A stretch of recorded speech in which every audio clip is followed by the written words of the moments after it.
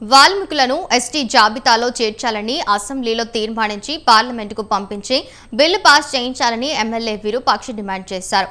వైసీపీకి అసెంబ్లీలో ప్రతిపక్ష హోదా ఇవ్వనందుకు తాము అసెంబ్లీలో విప్పాల్సిన తమ గళాన్ని మీడియా ద్వారా విప్పుతున్నామని అన్నారు. వాల్మీకులు ఎన్నో ఏళ్లుగా ఎస్టీలో చేర్చాలని పలు పోరాటాలు చేస్తున్నారన్నారు.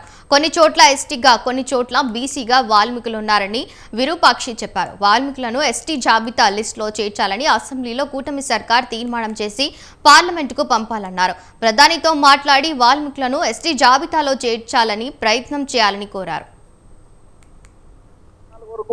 ఫుల్ మెజార్టీ ఉంది. వాళ్ళు మన రాష్ట్రం నుంచి పంపించినా గానీ వాళ్ళు మన గోడు వినిపించుకోలేదు నరేంద్ర మోడీ గారు. ఎందుకంటే ఇప్పుడు ఆ అవకాశము కూటమి ప్రభుత్వానికి ఉంది. మన రాష్ట్రం నుంచే ఎంపీలు అవసరం కాబట్టే మోడీ గారికి మన కూటమి ప్రభుత్వం అందరూ బీజేపీ ఉంది, మన రాష్ట్రం నుంచి జనసేన ఉంది, టీడీపీ ఉంది, ముగ్గురు పార్టీలు ఉన్నారు. మీరు దయచేసి మా వాల్మీకుల్ని ఎస్టీ జాబితాలు చేర్చాలని ఎన్ని రోజుల నుంచి మా వాల్మీకులు కోరుకుంటున్నారు.